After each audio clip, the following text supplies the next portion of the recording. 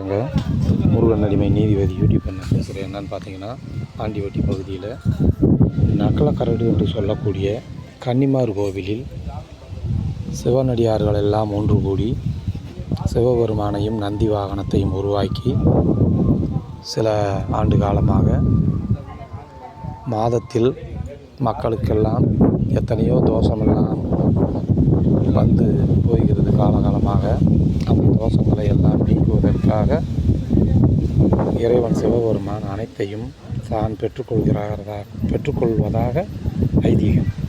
அந்த தோஷத்தை நம்மளுக்கு எல்லாம் இருக்கக்கூடிய தோஷங்களை எல்லாம் நீக்கிவிட்டு தன பாவதோஷங்களை எல்லாம் சிவபெருமான் சுமந்து கொண்டு இருக்கும் பொழுது மீண்டும் நமக்கு புத்துயிர் பெற்று நல்லா வளமும் நலமும் வரமருள்வதற்காக தெம்பு தைரியத்தை கொடுப்பதற்காக கூட்டு பிரார்த்தனையாக மாதத்தில் ஒரு முறை பிரதோஷம் என்ற ஒரு அற்புதமான நிகழ்வு வரும்.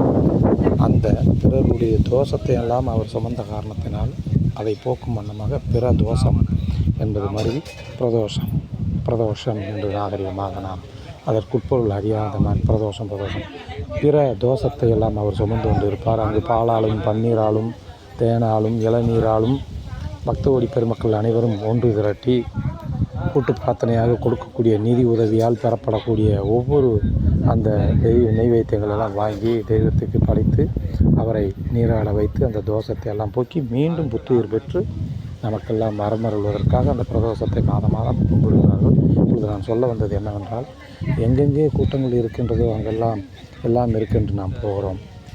எங்கும் நிறைந்திருக்கும் அந்த ஏகாந்த மூர்த்தியாக அந்த முக்கண்ணன் சிவபெருமான் இந்த நக்கலக்கரட்டில் இருக்கக்கூடிய கன்னிமார் தெய்வத்திற்கு பக்கத்தில் இருக்கக்கூடிய குன்றில் கிழக்கு முகமும் அக்கினி முகமும் பார்த்து நமக்கெல்லாம் வீட்டு அருள்வாழ்த்து கொண்டிருக்கக்கூடிய அந்த சிவபெருமான் ஆலயத்திற்கு அருந்தலாக வந்திருக்கிறார்கள். இந்த 2025 ஆனி மாதம் இந்த மாலை நேரத்தில் இரவு நேரத்தை தள்ளி கொண்டிருக்கக்கூடிய இந்த வேளையில் இனி வரும் ஒவ்வொரு காலமும் சிவபெருமானுடைய தலைமகன் விநாயகராகிய அவரை சொல்லிவிட்டு என் உயிர் முருகனான தமிழ்கடவுள் முருகப்பெருமானை நான் வேண்டிக் கொள்கிறேன். எத்தனையோ இடத்திற்கு தாங்கள் சென்றிருப்பீர்கள். இந்த கன்னிமார் கோயிலுக்கு இந்த கன்னிமார் தெய்வத்தையும் கும்பிட்டு அதே நேரத்தில் சிவபெருமானையும் வழிபட்டு நீங்கள் இந்த பிரதோஷத்தில் கலந்து கொள்ள அனைவரும் குடும்ப சகிதமாய் வாருங்கள் என்று உங்களை ஏன் என்று நான் கூப்பிடுகிறேன் என்று சொல்கிறீர்கள்.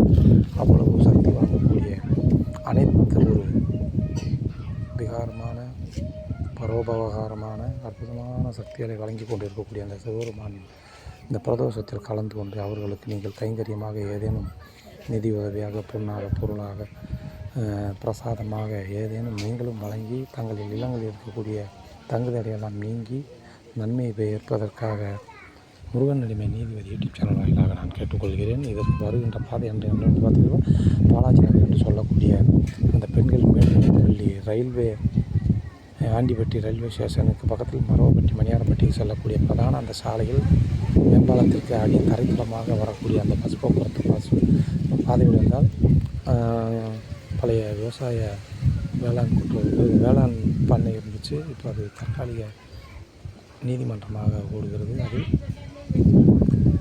வடக்கிருந்து தென்முகமாக நாம் செல்லும் பொழுது இடப்புறமாக கிழக்கு பக்கம் அந்த வீதி வழியாக வந்தோம்னா அந்த பாலாஜி இப்படி வந்து இங்கே நிறைய புழுதி மண் இதெல்லாம் இருக்குது. அந்த பாதை வழி வந்தோம்னா நம்ம அழகாக இந்த கன்னிமார் கோயில்